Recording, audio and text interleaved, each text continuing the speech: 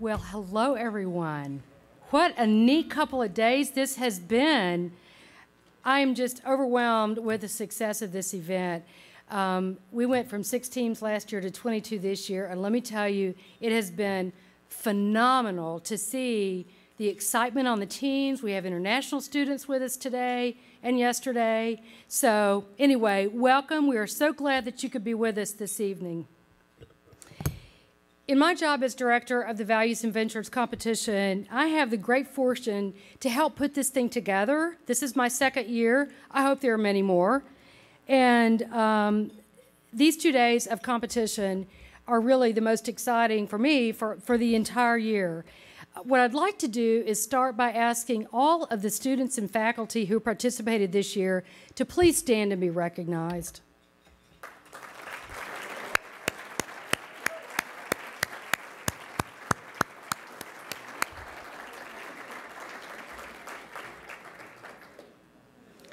What an amazing group of people. I think we had about 80 guests this year.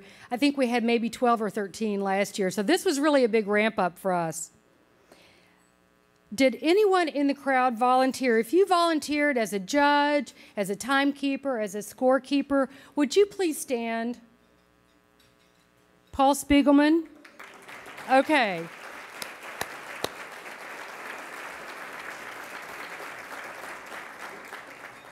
This is a very volunteer-intense operation this year with the number of folks that we had visiting, and I believe we had 26 judges, we had 20 adult volunteers, and an additional 20 CEO volunteers. So it really came together well because of the volunteers and, of course, because of our visitors as well. And I would like to say a big shout-out to Robin Sheelander. Would you please stand?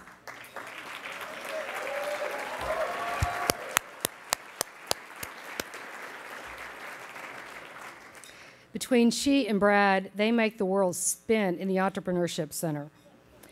We have a few distinguished guests I'd like to recognize, and then I would like to introduce you to someone really, really, really special to this competition. Chancellor Bashini, would you please stand? Dean Homer Erickson.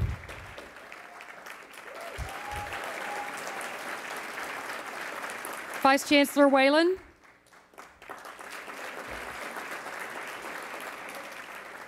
Now, it is my terrific privilege to get to introduce to you the two people who really kind of brought this to fruition.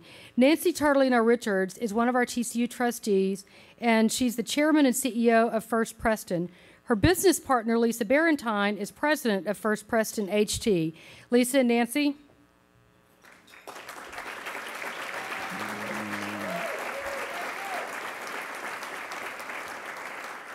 So together, Lisa and Nancy have a passion for values inside their business operation, and their thinking, along with the thinking of the dean and Ray Smiler and some others, sparked the creation of the Values and Ventures business plan competition. So we are so grateful to them for their generosity, for their support, for their encouragement. We get almost weekly telephone calls from them, and almost daily when the competition gets here. How are things going? We're so excited. They've been with us for 2 solid days away from their business place. So this is, in fact, they say this is how they have fun. So Nancy, I would love for you to join me on stage and give the opening remarks this afternoon.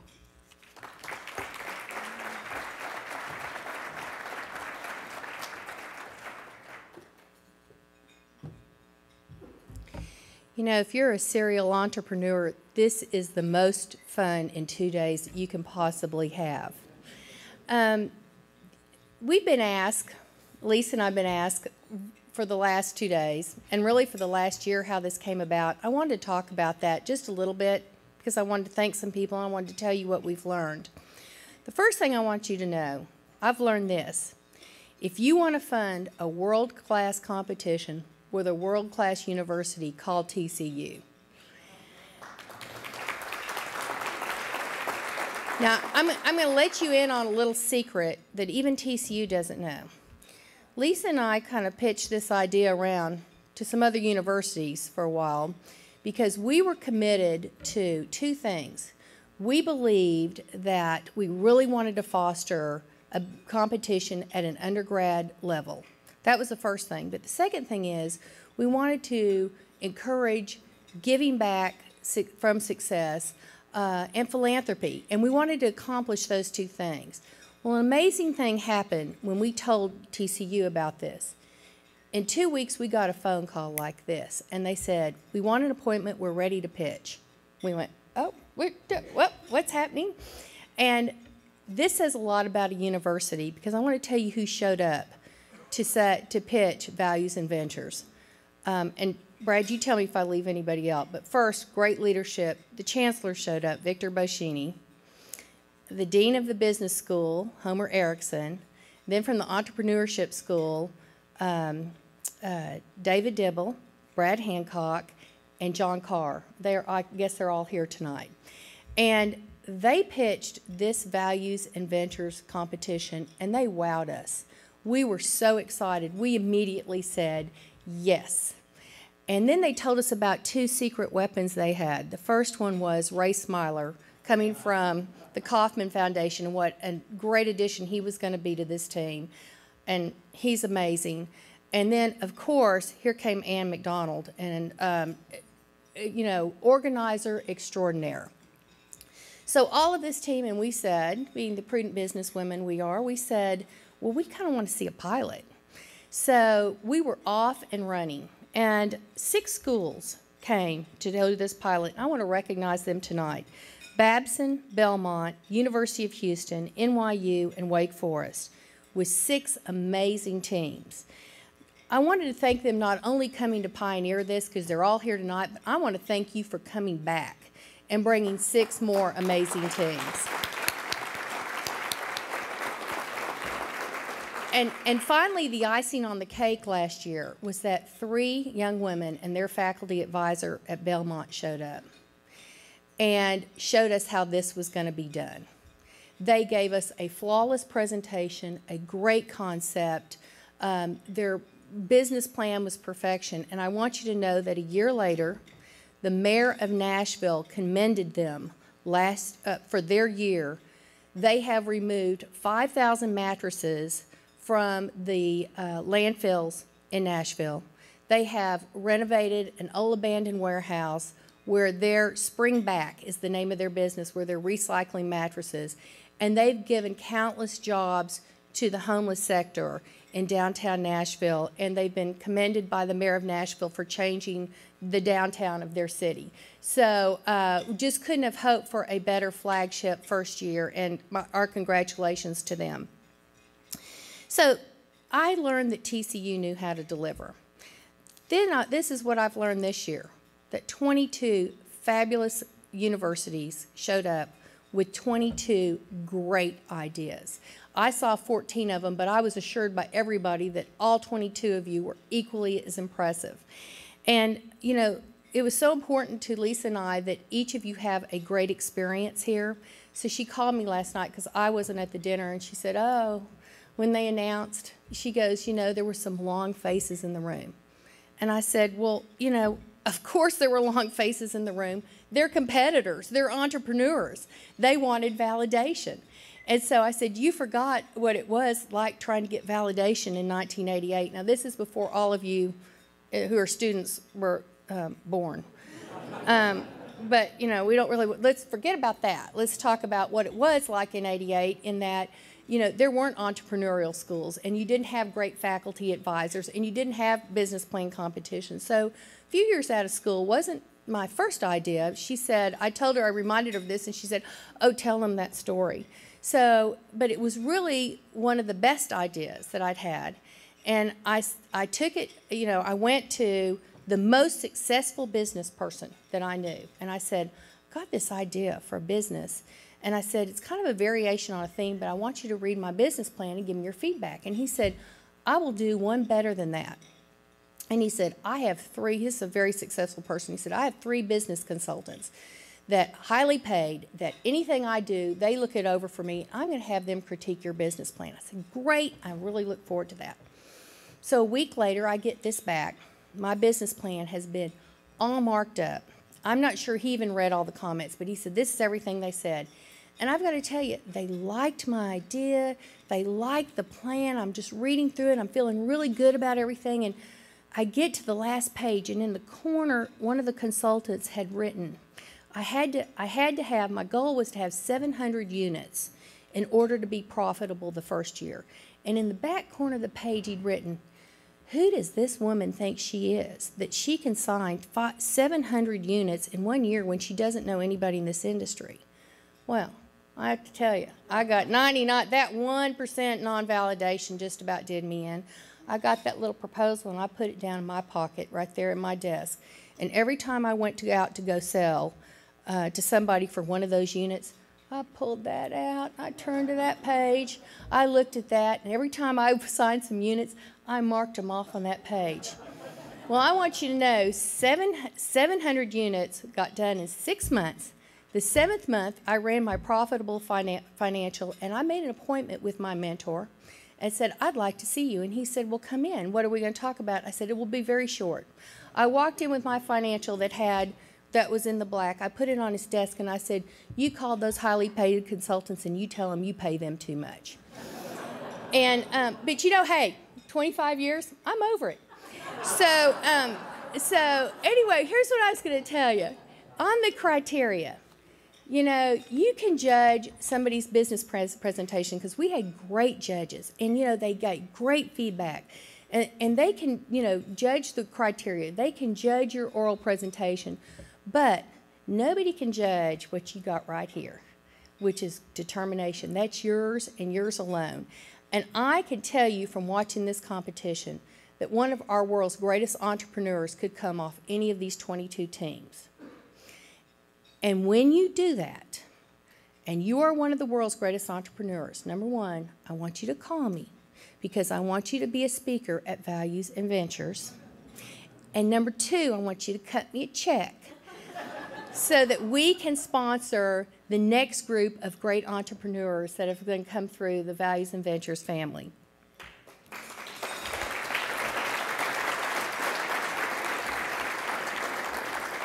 In closing, there's a statue I'm kind of fond of on the Texas Christian University campus. It's of a cowboy. And you know, in Texas, they're one of our early entrepreneurs and really evolved into several different businesses. But on that statue, there's a quote that says, the highest reward for a man's toil is not what he gets for it, but who he becomes by it. What I learned this week is that amazingly, that whether you are 19 or 20 or 21 years old, all of you students in this room already know that. And I'm so grateful for that. On behalf of our company, our employees, our foundation, I just want to thank you for being here and your hard work. I want to thank you for exceeding our expectations, and I want to welcome you as part of our Values and Ventures family. Thanks.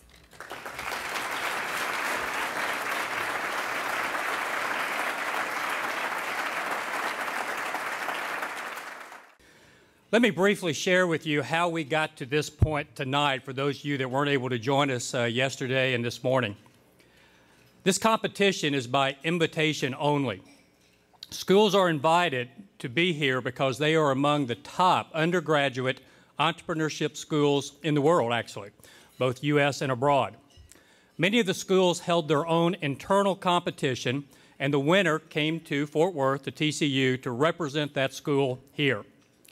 Some of the teams developed their business ideas as part of a class.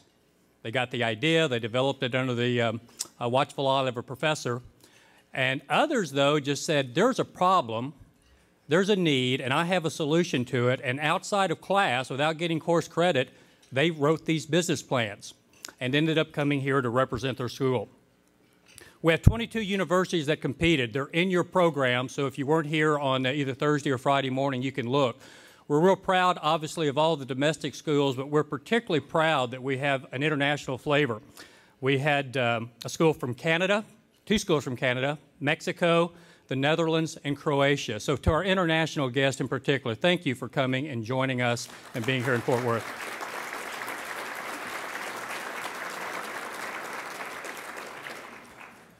On Thursday morning, all 22 teams presented. They were divided into 4 flights. 5 or 6 teams in each flight, and each had their own facilitator, had volunteers to help them with timekeeping and the scorekeeping, and they each had their own individual set of judges, of course, 5 or 6 judges in each flight. Many of those are here tonight. In fact, over the 2 days, we had 26 judges participate and help us through Thursday and Friday. The winners of each flight, of the 4 flights, automatically advanced and were in the final round, the final group of presentations that took place this morning. And then we had a lightning round after all 4 of the flights had gone. The second place team from each round had to almost immediately, without a lot of time to prepare, advance to what we're calling a lightning round, where a set of judges listened to those group one more time. And why did we do that? Because the winner from that group, of the group that finished second in the flights, was able to join all the other winners this morning and present in the final round. So we ended up with 5 teams this morning that were presenting in the finals. Now, in just a few minutes, you are going to meet all these schools and find out which ones were the winners and where they placed. And you're also going to meet from each of the flights the school that the judges deemed had the most compelling values component. So I know you're excited to do that, and I'm going to get to that in just a minute, but there's one other thing that I really have the honor of doing, and that's to recognize some sponsors. I believe we've got a slide that'll go up and tell you, I think guests that were here and folks that have been part of this, you can realize that this was not done in a way to be done as cheaply as it could. It was done first class.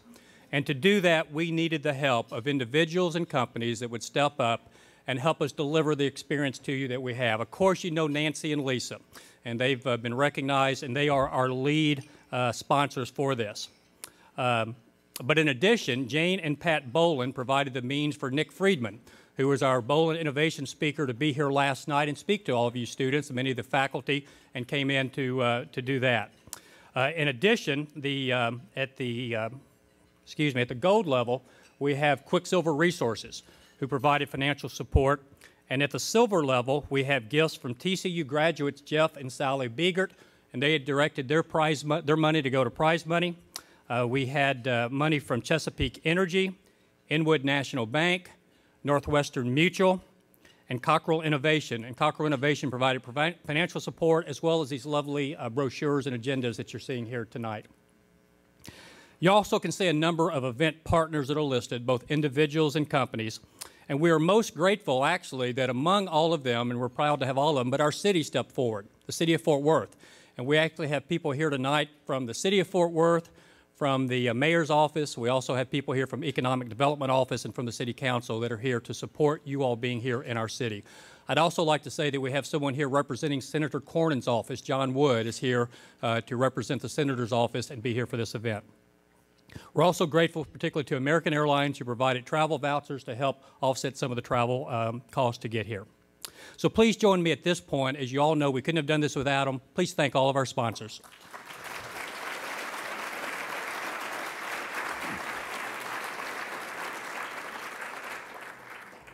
And now I know you're all anxious and eager to hear about who the schools were that placed, and I'd like to invite to the stage Dr. Ray Smiler and Dr. John Carr to come and take over from this point.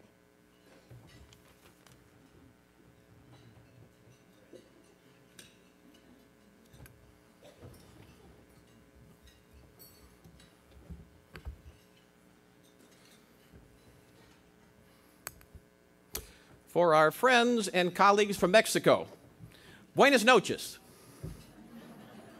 To our friends from the Netherlands, Hudafund.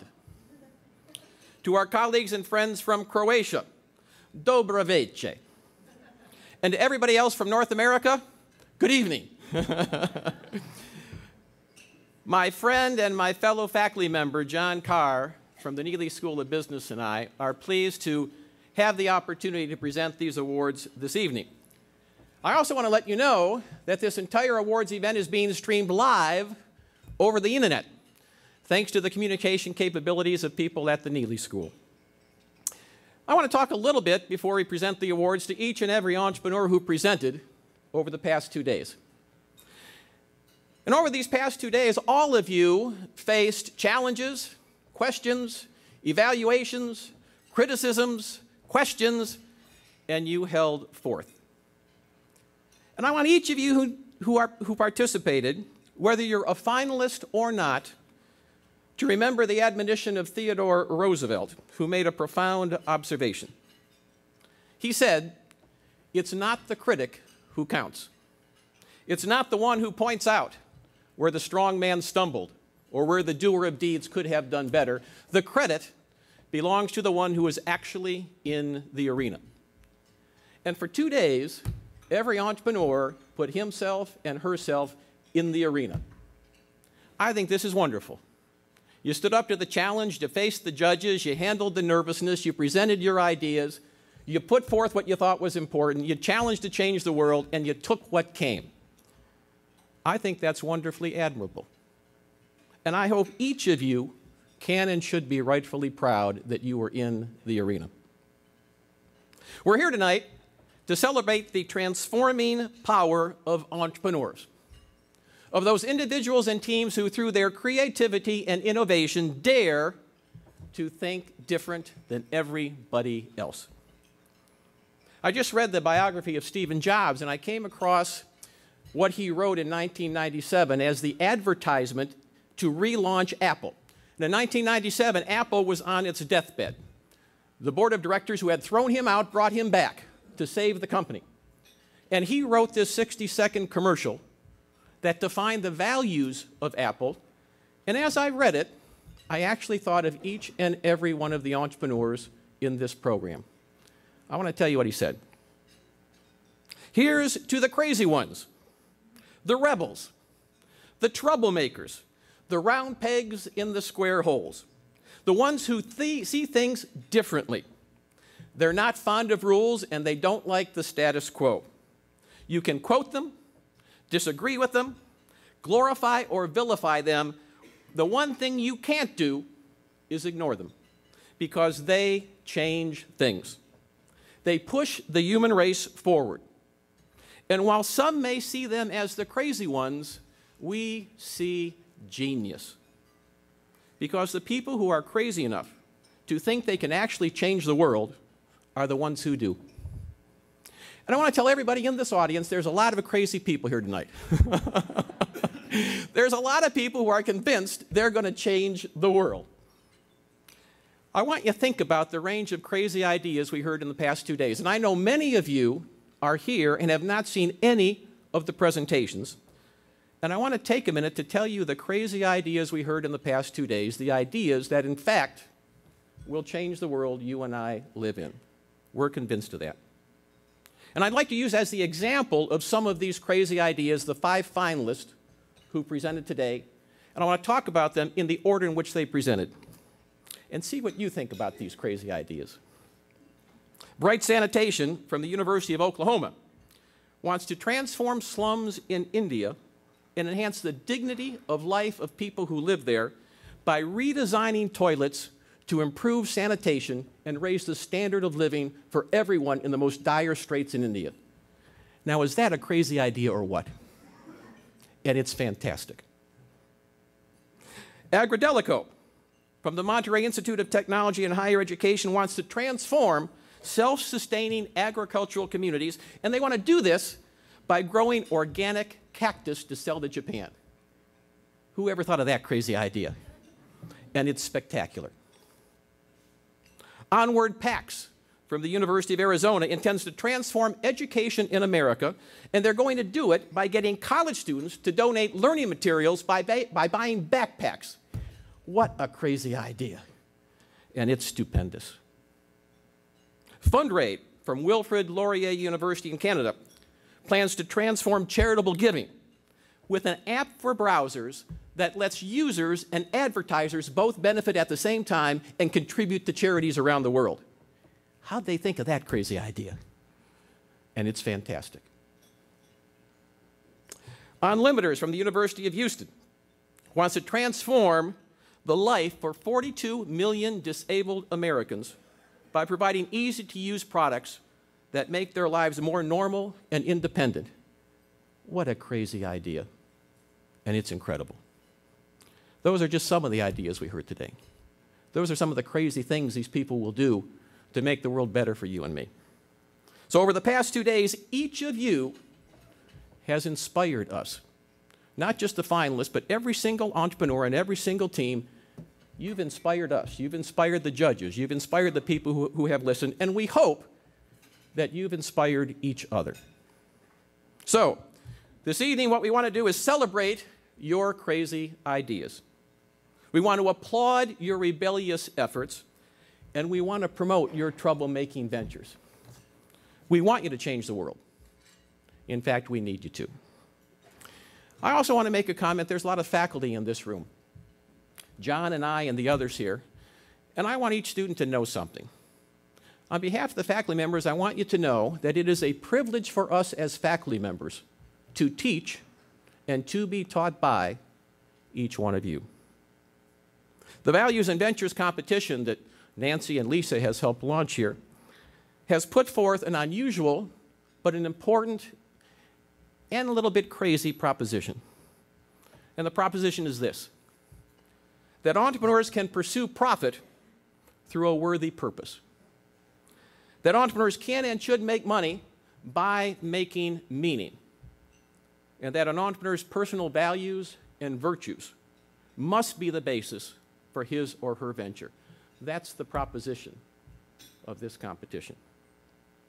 So tonight, we're going to begin by recognizing 4 ventures. John will help me as he comes up here. And then John will make some other awards after I'm done. These 4 initial presentations we want to make are certificates to 4 teams that the judges thought had the most compelling values-based concept. What do we mean by that? Well, what these concepts incorporated were 4 things in the evaluation form. First, each one communicated a worthy purpose, one that particularly inspired. Each one reflected the personal convictions of the entrepreneurs. That came through loud and clear. Each one demonstrated in their business how they would apply those values in practice, how those values would impact employees and customers and their mission and their strategy and their sales. It isn't just enough to talk about value. What do you do? And lastly, each one demonstrated the ability, the desire, and the purpose that at some point to give something back. That's what we mean by a values-based venture.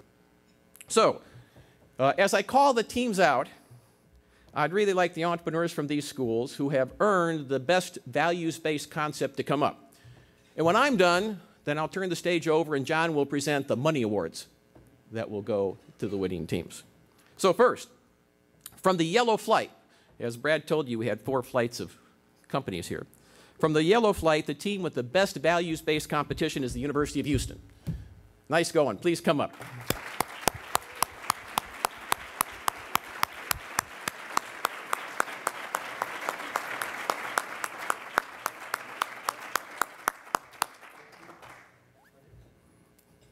From the Green Flight, the best values-based concept, the University of Oklahoma.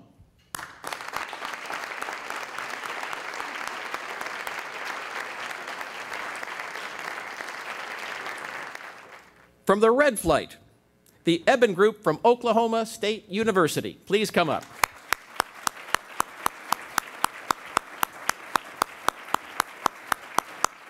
And from the Blue Flight, the Monterey Institute of Technology and Higher Education.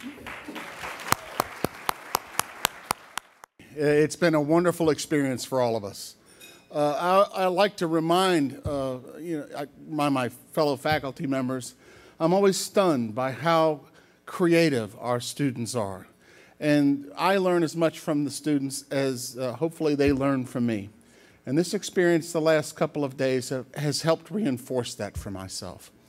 The fact is that you all are helping us understand how to create businesses that have both meaning and purpose as well as a for-profit orientation to them.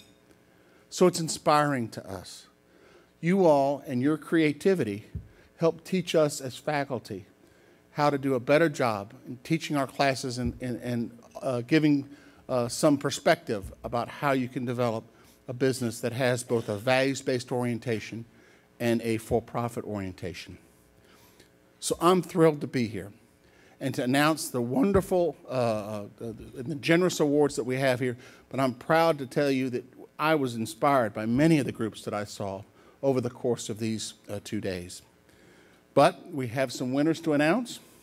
And so as I call out each winner, I'd like the team members to come up on stage to receive their plaques. So the first award is our honorable mention from our final flight this morning.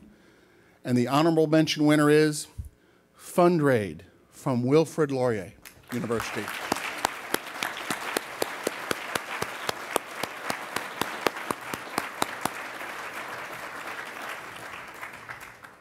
Congratulations. Congratulations. Marilyn, congratulations. Great job.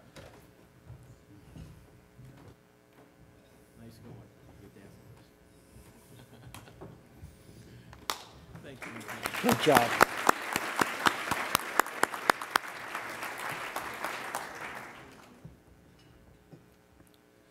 Our fourth place winner and the recipient of $2,500, Agridelco from Monterey Institute of Technology.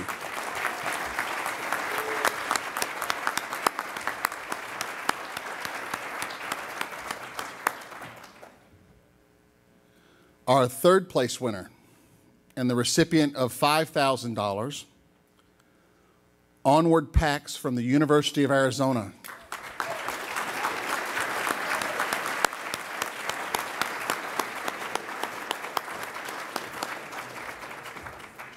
This is Jack, okay? They call it. Our second place winner and the recipient of $10,000, Bright Sanitation from the University of Oklahoma.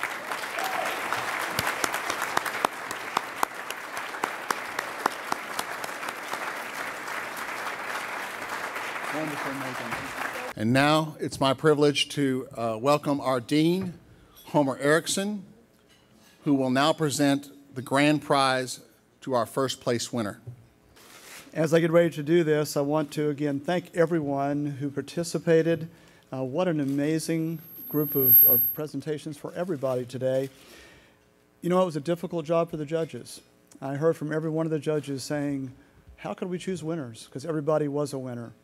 But somebody has to win. That's part of the reason we have competitions. And that's our hope, that the competition, this competition, will inspire would-be entrepreneurs from across the globe, as it has this year, to make a real difference in how they are able to create and promote value-centered enterprises. One of the sayings that Ray has shared with me before is from Jim Cashman. Jim Cashman has said that leadership is authentic self-expression that creates value. Our first place team lives that. Our first place team in this year's competition provides a retail outlet for a much overlooked market. In thinking about the over 40 million disabled people in this country, they're providing something very special that's going to improve the lives of all of those folks. It's just very touching for me and very moving for me to be able to say thank you for your idea. And it's my pleasure now to say that our first place team, who's going to be awarded a $15,000 prize, goes to the team from the University of Houston for their business, Unlimiters.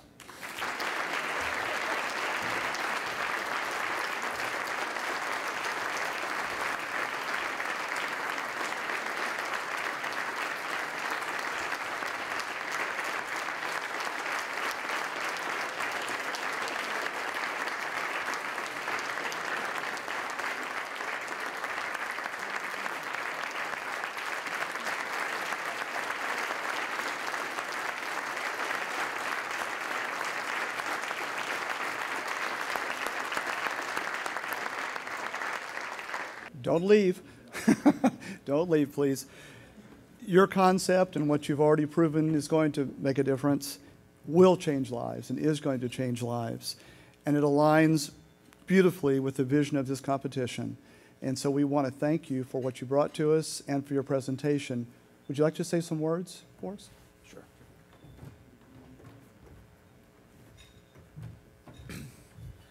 First of all, we'd like to thank TCU. This has really been just an amazing event, just jaw-dropping it. You know, how nice everyone has been and how nice the facilities have been. And second of all, I'd like to thank all of our competitors. We were just blown away by the quality of the ideas and of the people presenting them. We just couldn't believe how hard the judges' jobs must have been to try and pick a winner out of so many great people. Of course, we've got to thank our professors, Ken Jones, Dave Cook, Bill Babora, who had to take off a little bit early to go to a wedding. You know, they've really just sat here and listened to our idea over and over again. You know, and Justin, we're just so thrilled to be on a team with Justin. He really is the soul behind this idea, and you know, who couldn't get behind Justin and you know, get behind this mission. So we'd like to thank you for recognizing us here and just tell you we are going to make this happen. We're going to help these 43 million underserved Americans. We're going to change the world. Thank you.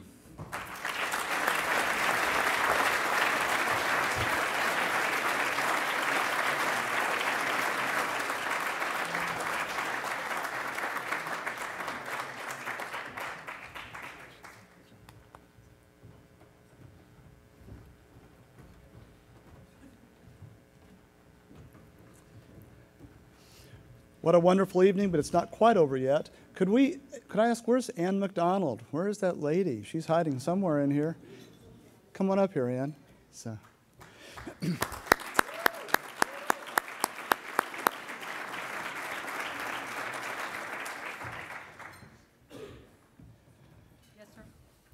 That's what you say when you go to the boss's office. Yes, sir? I say yes, ma'am, in all truth. All of us say that. If you would, join me in thanking Ann. She has worked with a wonderful team around her, but Ann has really built this program from scratch. Her ideas, her passion, her love has made this happen. And this is very special. Thank you so much. Thank you, Homer. Don't move, Charlie. I'm going to have you get me up here, so stay up here, okay? Okay? And now one more thing, we'd like to have Nancy and Lisa join us on stage, if you would, please. So. Is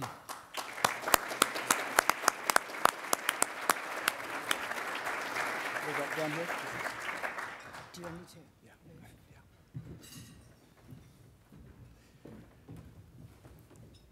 Again, as you all know, this would not have been possible. Yes, sir. No, I really say yes, ma'am, to them. And to my wife, too, down here. So, as well. This competition would not have happened without the passion and love and energy and financial support of Nancy Richards and Lisa Barentine. And I want to thank them so much for what they've done so far. We have something for them. So, good.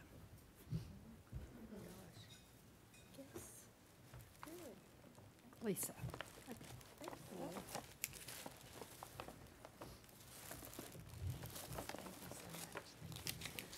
Now, don't leave just yet. Now, all the students have to help me. Remember, it's the 75th anniversary of the Neely School next year. And I said, how many teams do we need next year?